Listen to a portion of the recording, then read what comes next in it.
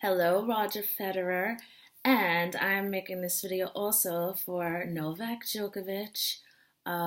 Guys, sorry about the reflection in my glasses or whatever, but I wanted to talk to you guys about the World Tour Finals because there were a few things. Number one, I was super excited to see you guys play in the World Tour Finals in London, of all places, of all things, pretty much. So I had actually purchased tickets for basically almost $400, but that actually has nothing to do with you guys. It's purely my choice to do. I chose to do that. And the World Tour Finals was actually great. I realized I could have even had seats that were more affordable, higher up, and still would have been able to see you guys great. But I'm happy with the seats that I had and all that. Having said that, Roger, I want to start with you. Roger, you played, I think, a pretty amazing match with Stan. I didn't get to see the match, first of all. I saw all of the highlights, and for me, you looked extremely motivated. But I know sometimes the clips can be a little misleading, so I am going off the clips just a little bit. But you were very motivated to win that match. It seemed to me like you were trying to be on top, extra on top of every point. And I don't know if you exhausted yourself. I know that the World Tour Finals, you're paying top 10 players, so, it's much easier to become more exhausted, obviously, because you're typically playing a higher level of tennis, typically. So I will give you that. Having said that, we went into the finals, and it wasn't like you played like shit, but I'm going to tell you and now bring Joker into this, Joker as well.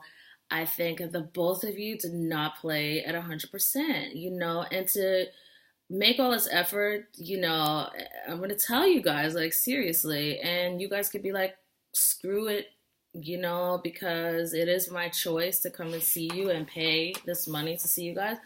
But I feel like a World Tour Finals didn't feel like a final, first of all, which for me is like, I don't know what was going on with the both of you, but Roger, I do believe that you kind of set the tone a little bit for that, not playing at 100%.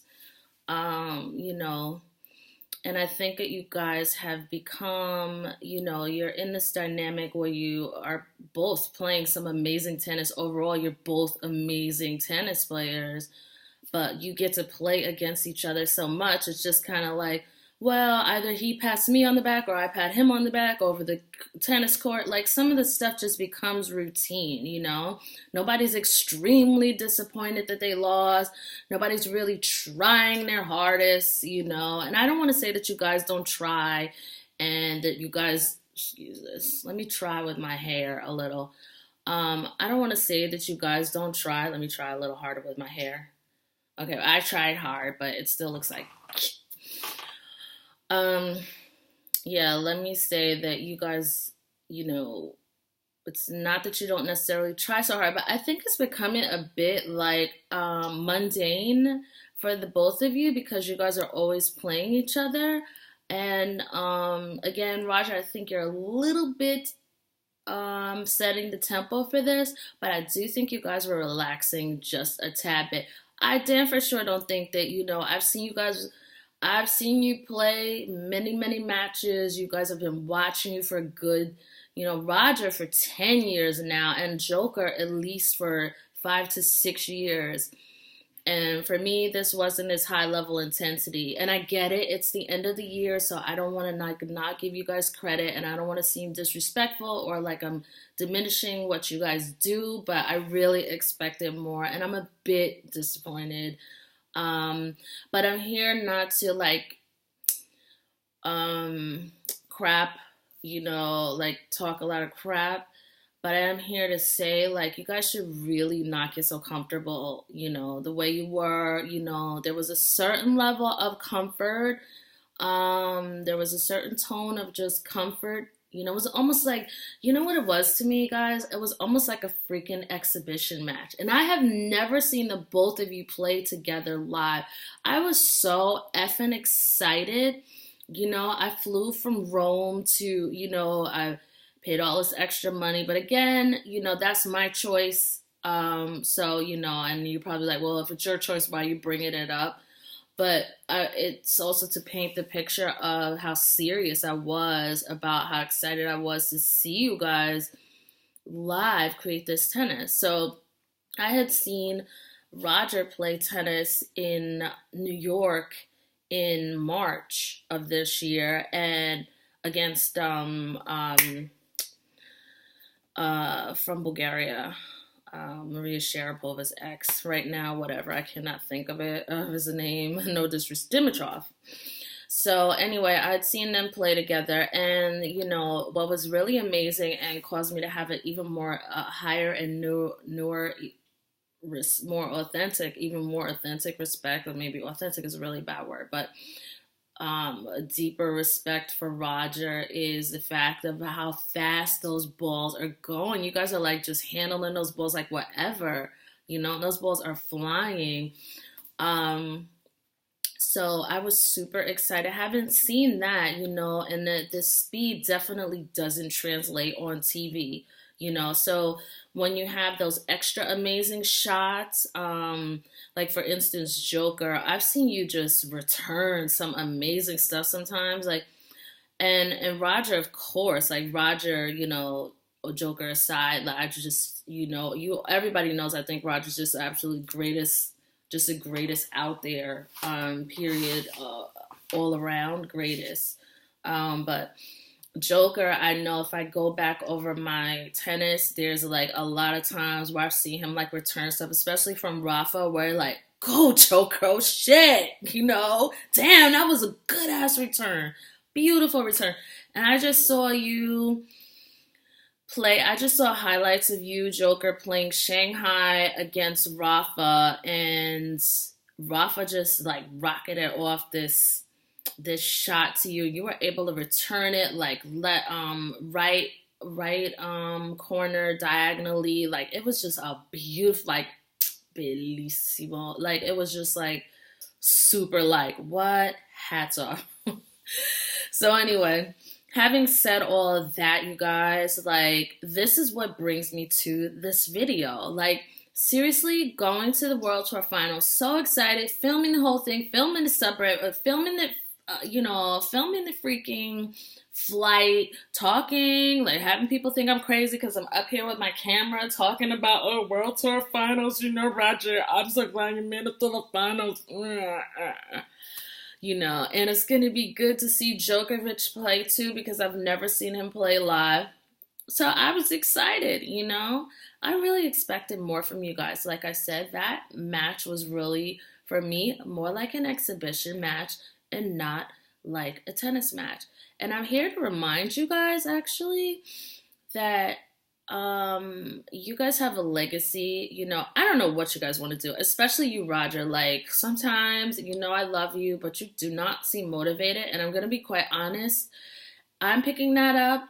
And believe me, Joker knows it. He knows it. Just like you guys play together, just like Rafa knows you with certain things, and Rafa knows Joker with certain things. Joker knows Rafa with certain things, and, Joker knows you with certain things. So I know that, for you, Roger, I think you struggle the most with the motivation a little bit.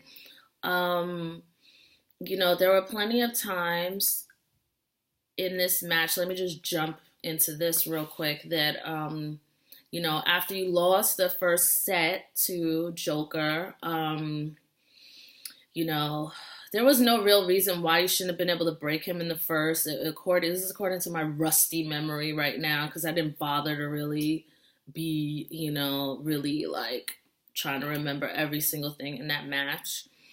But when you didn't manage to convert that deuce, and Joker managed to hold on to that game, and then he went on to win the set, I said, I was like, I'm not gonna say anything. I'm not gonna cheer for Roger. I'm not gonna do any of that or whatever. I'm just gonna stay quiet. And you lost this match, and then you were, at the beginning of the match, you were serving, and then it was still like mediocre play. And Roger, yes, it is because I've seen you play a lot better now. Let's just get real.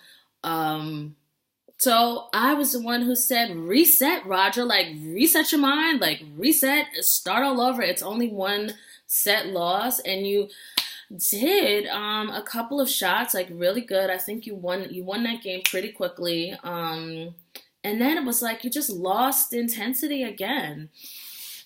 And I think we've been like revisiting this a number of times in videos over the years with you particularly. And I don't know what to do about motivation. I don't know what to say about motivation. You just weren't motivated. There was no reason in my mind for you to lose a match, especially in that match where Joker himself, like, I think that he caught, it's almost like a little bit of an infection. He caught about that little bit of lack of motivation, and he's only motivated enough to beat you, just enough of what it took to come out on top. Even though there's quite a few times, not quite a few times, at least two significant times that I remember that he made errors to the point where you were able to almost break him. But you never converted those break points. And I just think I want to bring this to you. Not only is it just a bit of I'm bitching now, and it's really, I'm gonna say this because it annoys me a bit, but at the same time, still, I'm the one making the choices to come see you guys, and I will still come see you guys. But that shit was not a final, and I almost feel like, really, did I fly to London, book a hotel, do all of this stuff, get on a train, fight with people on and off, squeeze into my seat, sit through a fucking no disrespect to the doubles players, but I thought that the match was starting at 3:15, which just goes to show you I was a newbie.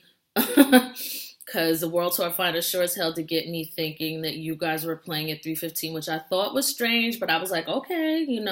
But get there, and it's a doubles match I had to sit through, which, no disrespect to the doubles guys and stuff like that. Congratulations to them. But, I wasn't there for that. And I just thought, that at the least at the end of the year, in addition to the fans being fully aware that the both of you are extremely much more higher, have a higher capability, even after having played an entire tournament of tough matches, that you guys have more in the tank than what you were given at those World Tour Finals. And I think if you both are not careful, because you guys have to play each other so much, that you will begin to underachieve, because that was a bit of an underachievement. Like, and you guys, I'm going to point my finger and say, you guys know that I'm telling the truth, and I don't mean to sound like I have an attitude, but I care. I care because I've seen the best of you guys, and I care, I care. So to see that, for me was a bit like, for you, Joker, with the exception of the early times where you were doing like every 3-4 months, like retiring, or every 6 months retiring, before you went gluten free. I'm not talking about that time, but I've never seen you on the court where you just dropped intensity. Roger, on the other hand, I have seen him do that, but I think Roger also at the same time went through a lot because he just like changed the face of tennis. So he was like the one out there for the first time, the pioneer, being used to in a completely new realm with all his expectations. And then when, like I've said in my other videos, when everyone kind of caught up to Roger and was able to just, be able to perform and be able to take advantage of his backhand, which he's improved unbelievably greatly and has been like formidable about still using his backhand, and has been great at it, including in the World Tour Finals. He hit some kick-ass couple. I was just shit, go Roger. But having said all of that, Roger, I think like sometimes you don't want to win. You know what I mean? There's no reason, and no disrespect to Joker, because Joker is a kick ass tennis player. But a lot of times, like, there's no reason, there's no reason that you had to lose that match. And Joker, there's no reason that you really allowed yourself to drop the intensity, or just play like you guys are playing a freaking exhibition match. And don't you guys dare even try to bullshit me in your mind, because you both know you were bullshitting. You were not playing the highest level of tennis. And I'm not expecting you to go out there and kill yourself and all that. But guys, come on. This is the very last match of the year. Give me a freaking break. Give me a break. I know it's the last match of this season. You guys have like a month off. And it's easy maybe for me to sit my ass in this chair here and talk about it. But guys, come on. And there's a lot that can be done. And I'm going to tell you personally, in 10 years, you both are going to be freaking sorry if you decide to get very comfortable and complacent. That's what that was out there. And that's what I'm upset about. That's what I'm upset about, having spent time to fly to London to see that shit. Okay? And although it was entertaining tennis, it was, because both of you are freaking talented like nobody else. Obviously, 1 and 2, number 1 and number 2 in the world. But I feel like that performance was number 2, literally. Okay, that was corny. I realize it, but I'm saying, you guys are going to be sorry about this shit in 10 years. And Joker's going to be less sorry than you, Roger, because Joker's just cruising up at number 1. And it's like this. You guys have actually got me to the point where I saw something the other day where Soderling out of, Soderling, Swedish? I forget. Swedish or Norwegian? No, he must be Swedish. Soderling, who was on the scene in 2009, like in 2010, really beginning to serve a threat to the top 3 or whatever. But as hard as it is, very hard on tour. And the reason why you can realize that is because you see these guys dropping out or getting injured, like Del Potro as well. But for me, Del Potro is talented, but he was more strength and really, really, really high talent. No disrespect to him. He was definitely talented, but for me, a lot more strength and just standard accuracy rather than sick accuracy like a Federer, number 1, and then a Djokovic, and then a Rafa at times, like with the court game, or the court precision. But you guys had me almost just wishing that Del Potro and Soderling were back in the mix, because honestly, you, Roger, and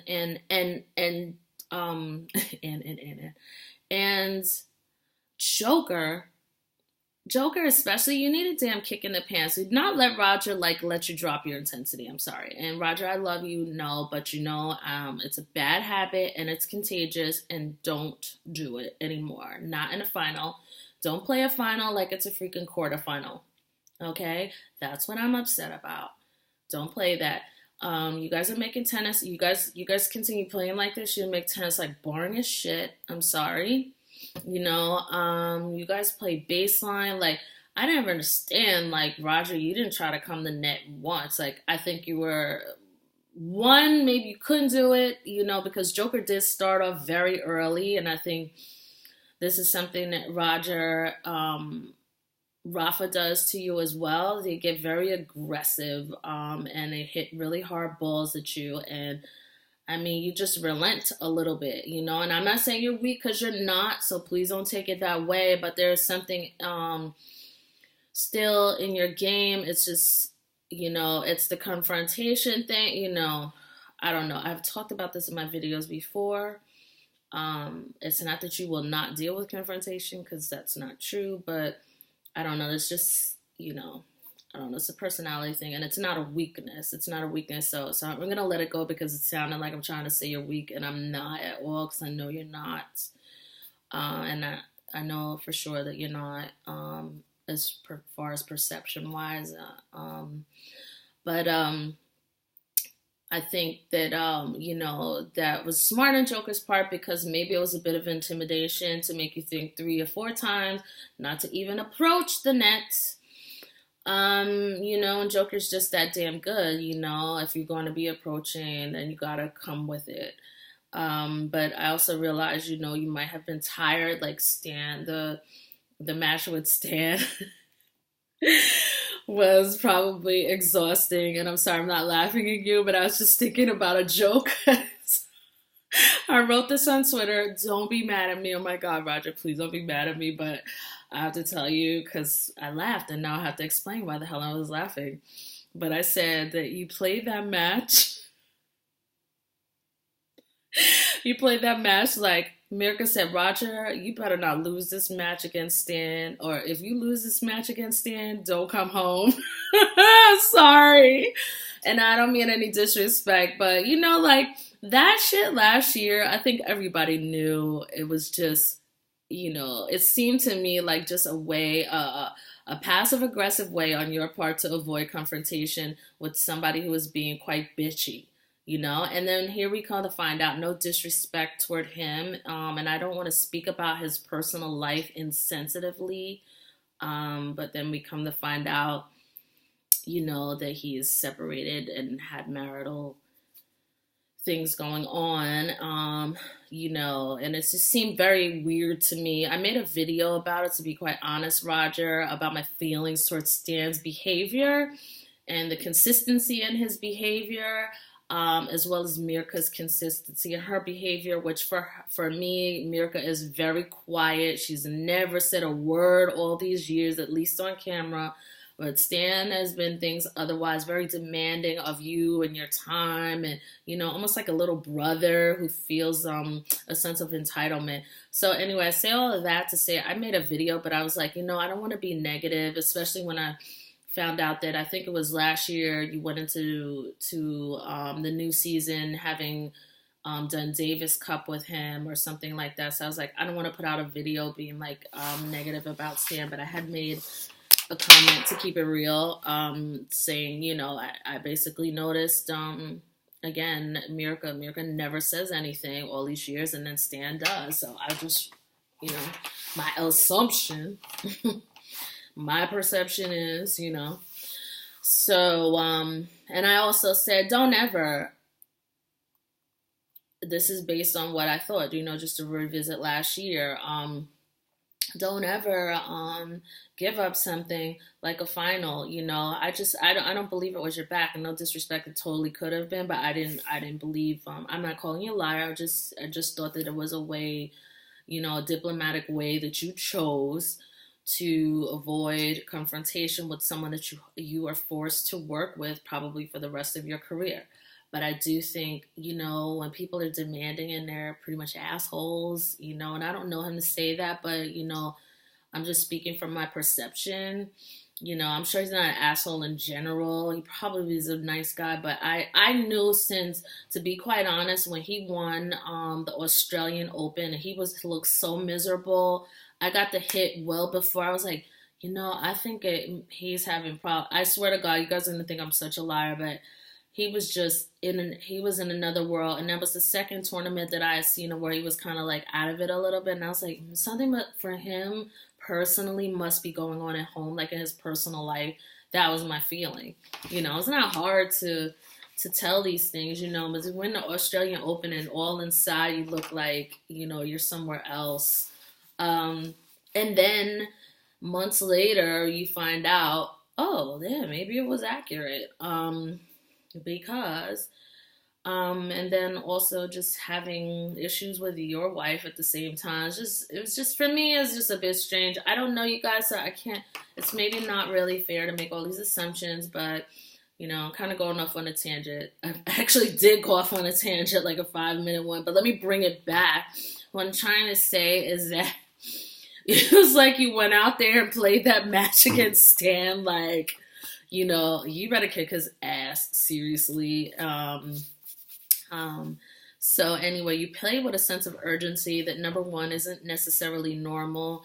a sense of vigilance and urgency to me that I've only seen you play, that I can clearly remember seeing you sort of play, was in as well, similarly, was in the Australian Open 2010, and that was the year after you had missed the final against Rafa, after having, I think it was, 2009, and then after that it was like Wimbledon 2008. You guys went through that, and then 6 months later was like this big thing, you and Rafa playing against each other in 2009, and then it was like in 2010 you were like, I'm getting on it. You were like running after every ball, doing everything, being on top of stuff.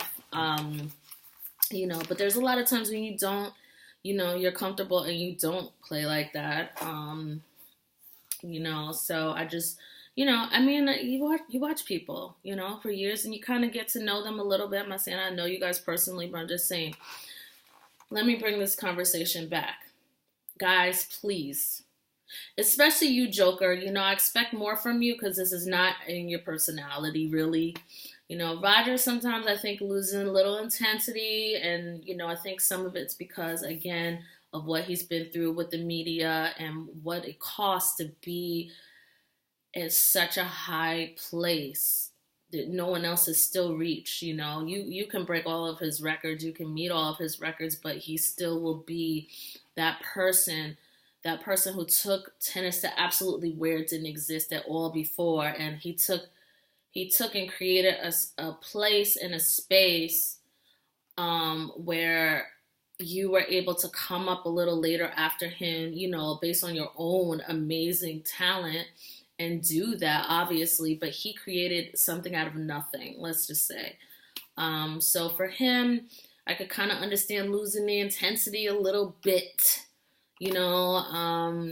because of all of the things that happened between 2008 and 2009 and the media, and then being, I don't know, I think Roger felt so alone in 2011, even though I think he was able to get past you in the semifinals, but it still was a really tough time for him. Very tough time. The media extremely tough on him. Asking him to retire, all those things. So whatever. I mean, they're doing a little bit of it to Rafa, but it's so different. It's never going to be the same. So I do understand some of the stuff that Roger goes through. And I also feel, Roger, that, that you sometimes you want to be number one. You do, and you can do it, Roger. But you won't do it because of the pressure of the media. I really think that there's always something holding you back. There's always something holding you back. And it reminds me, there's one point in the match, I'm going in 27 minutes. There's one point in the match against Djoker where you guys happen to be at the net. And you kind of like hit, I guess, like a volley to him. He had hit something to you. You managed to get it. You hit a volley to him. And I was like, what the hell's going on? It was like you were playing badminton, Roger, instead of playing tennis, And it was like, you do this every once in a while, especially over the maybe two seasons ago or whatever. You would get there and play this bullshit tennis, like, oh, hit it back to me. The opponent's not going to hit it back to you. And that's just what Joker did. Like, you were sitting there playing footsie. I love you, but come on. You're way more capable than what was going on there. And that's why I'm speaking in this manner.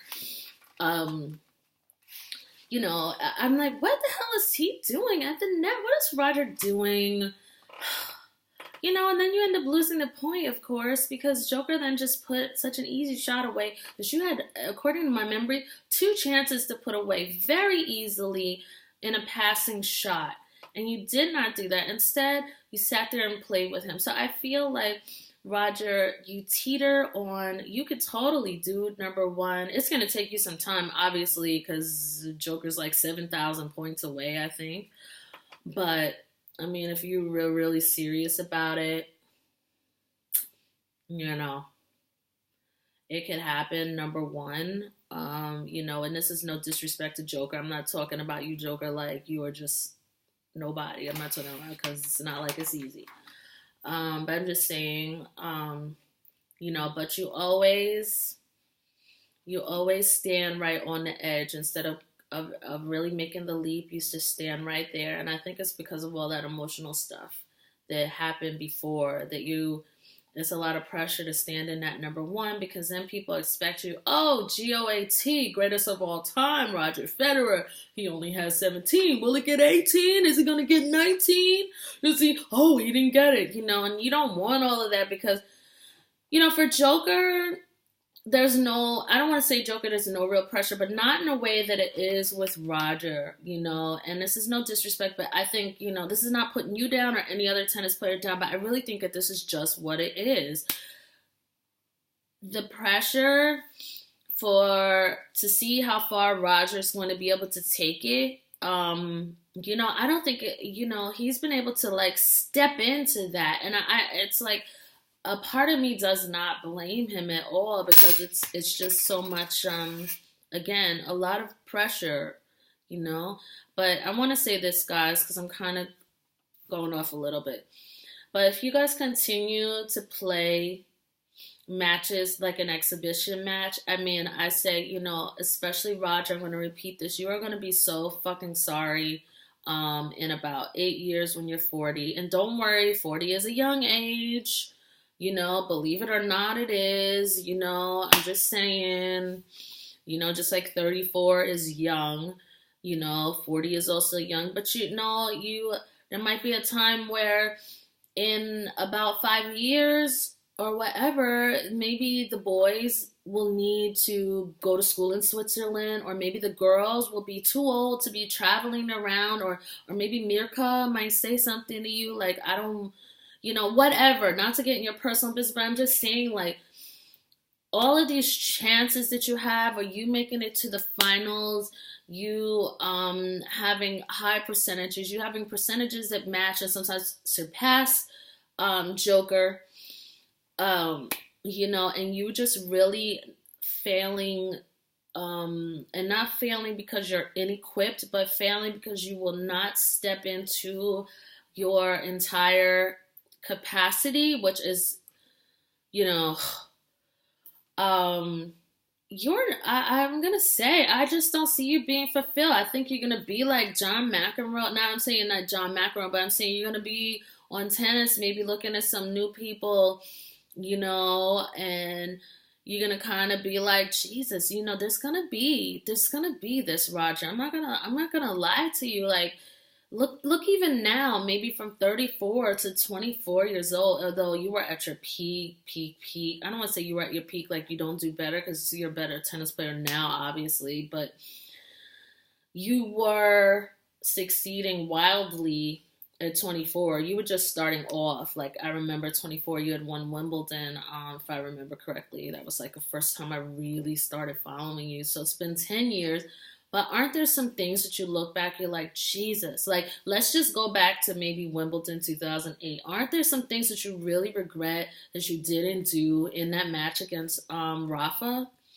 Maybe how you didn't utilize your time, during that rain delay or something like that. Maybe how when you came out onto the court, and I'm going off pure memory here, you were in your head. You weren't even in the match. You were just in your head. You looked miserable. You were in your head. There are a couple of Australian Opens too. When playing Rafa, you were in your head. When you were winning shots, you looked miserable. You always like in this mental story that you're going to lose against him. And I think like looking back on some of those things, maybe you really like could regret that you didn't 100% seize the moment. And I'm just here to remind you now to really be present in the moment and the time and remember to seize it, It's great for Joker because Joker, I could kind of exempt you from this conversation because you're 27.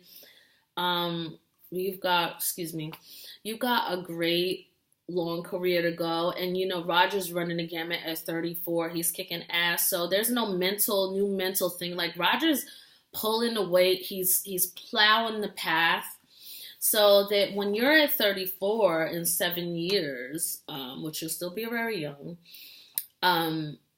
people won't really be saying, well, Joker, when are you going to retire? You know, you're really getting old. You know, it's like, hey, look, Roger did it well into 39, 40 years old. You know, like, you don't have to, you don't have to be the pathfinder, the person who beats down the grass for the other people. You know, he's doing that. He's putting in the work, and you guys will be able to go through all this shit easily.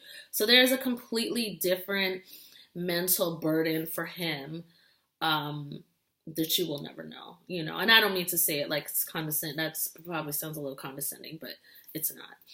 But I think again, Roger, for you, you're going to be like freaking sorry that if you do not start playing, if you do not start utilizing these tie breaks, if you do not start really putting the foot down, the gas down, pressing your foot on the gas and converting those break points, that you're going to be looking back at like 42 or 50 or whatever and going, geez, you know? And then you're going to be sitting there like Borg and McEnroe, like, you know, in that freaking tiebreaker or whatever. I can't even remember like who won that tiebreaker or whatever, but imagine sitting here like 15 years from now with Joker, which you guys are 15 years from now and 20 years from now, you guys are going to have so much respect for each other, I think, and it'll be good to see each other and stuff. But you be thinking in the back of your mind, like, oh, I could have just played that harder. You know, I could have won that point. You know, I could have bullshit on that point. And then you're going to count up about 4 or 5 points that you totally bullshitted on that you could have won. And the 5 points were the difference to the match. So I just say that to you, Roger. And then to you, Joker, I say this to you. Do not let Roger and his little whatever make you ever drop intensity in a match again. And it's not that you guys were playing like shit. You weren't. It was nice to see you play, but it was like an exhibition match. It was like a quarterfinals, and it was not like a final. And no one expects you to get out there and absolutely kill yourself at the end of a grueling season. But guys, come on. You know what the fuck I'm talking about. Don't do this stuff. You know, put your foot to the metal. This is one of the best times ever in tennis. You've got the respect, I mean, of all the greats, that this is like the strongest era in tennis. And you guys, you know, I'm just saying, like, don't take it for granted, you know? I mean, it's not that you don't work hard. It's not that you guys don't practice. It's not that you don't commit to a diet, that really supports your fitness. It's not that, but in these little moments, you know, put your foot to the, you know, really, really show up. Yeah, just show up. You guys didn't show up, you know. You didn't show up as if that were a final. And that's why I was a bit disappointed. Having said that, though, put all that shit aside, see you guys just play. If I say it was an exhibition match, oh, how fun, you know. It was fun seeing, let me see. Roger had some great couple of backhands in the beginning. Joker, I think in the second game or the first game, you were smacking some forehands like really hard toward Roger and looking very good. There was a return that you did at one point in the game. It was totally kick-ass. There were a few little things like, oh shit, Joker. Not surprised, but go. And Roger also some beautiful play here and there. There were some really fast balls. Joker was really putting some pace on, and I cringed a little. And you stepped in and took the ball, you know. And that for me is also the reason why I'm so glad that I got to see you play live in March. Because that ball, the speed of that ball does not translate onto the television. You can't even appreciate, you know. And so for me to see you play live made me really, really get the authentic appreciation for what the real integrity of the game was and what you were dealing with, you know. But having said that, guys, yeah, it's 39 minutes. Let me get off of this. Good luck next season. I'm going to say this to get it out. That was total bullshit fucking match, okay? Please don't do that again. It was very disappointing. I was so annoyed that I left. You'll see. When I have time, I'm going to put together all of the compilation of the video. I did congratulate you, Joker. I wasn't sour about you winning. Of course, you know I'm a Roger fan originally. If your parents had you earlier, I probably would be a Djokovic fan, unless Roger somehow stole me from you or whatever. But whatever, you got millions of your own fans. But when Roger's not on the court, I'm totally rooting for you. Um, Having said that, you know, guys, please, please, you're going to regret this shit. And then if we've got to sit there, seeing that Roger and Joker are going to be the ones to get to the finals every single time, and then it's just going to be this mediocre baseline. Oh, let's just hit it back and forth. Oh, it'll be just like a little bit over an intense practice for us, you know, an intense 2-hour practice session, you know, then don't play. You know, I'm not saying retire, but don't show up like that, guys. Don't show up like that anymore, please. I never, you know, I would have rather have seen you on TV, and I'm not talking about having spent the $400 for the tickets. And I'm saying 400 because I had to pay in British pounds, and American dollar is crap compared to the pound. So, you know, it was like 230 pounds or something like that. So it was it was a little under $400. My God, that's like a ticket to Europe. Even though I'm already in Europe, it's like a ticket to Europe. Anyway, so you don't want to do that. You know, you guys don't want to do that. I realize that tennis it's basically just you guys and then some people mixing it up here and there. But I want to tell you something too. Rafa is trying to come for the both of you, so you better watch out. And Roger, you better watch out first, you know, because you're a one-hander. That's why I'm saying to you. Everybody else plays with two hands because they're playing with two hands. They generate more speed, more power. You know, you always will have that bit of a disadvantage. So, you know, watch out for Rafa. He's trying to come for y'all, you know, even though it seems like his game, whatever. I don't even talk about Rafa. So just watch that, you know. All right, guys. I will talk to you later. Have a wonderful vacation. Let me move all of that aside. You know, I really enjoy you guys. I think you guys are great people, and I would love to meet you both someday. Joker, I would love to talk to you and Elena. Roger, you already know you're like my brother from another mother. So, oh my God, it'd be so great to meet you, Mirka, and the kids. Oh my God. But having said that, you know, guys, you know, overall, really wonderful tennis. You guys are so talented, and it is really a pleasure to see you guys play live. To see you underachieve is an annoyance, but to see what you guys have been able to cultivate in your life, and then now you're doing it like in your late 20s and early 30s, it's beautiful, a lot of it. But when you underachieve, fuck that. Anyway, having said that, have a wonderful vacation, you guys. Enjoy the family. Novak, enjoy Stefan and Elena. Congratulations to you both. And Roger, enjoy the kids and have a really great time with the family. And Mirka, also enjoy the time off. And thank you for all you do, Mirka. You're like a total super mom and I believe super wife. And I love when Roger talks like you. I want like a marriage of what I think you guys have. So, all right. Having said that, we're at 43 minutes, and so I'm gonna go. Have a good one, and I'll see you guys next season. Take care. Bye.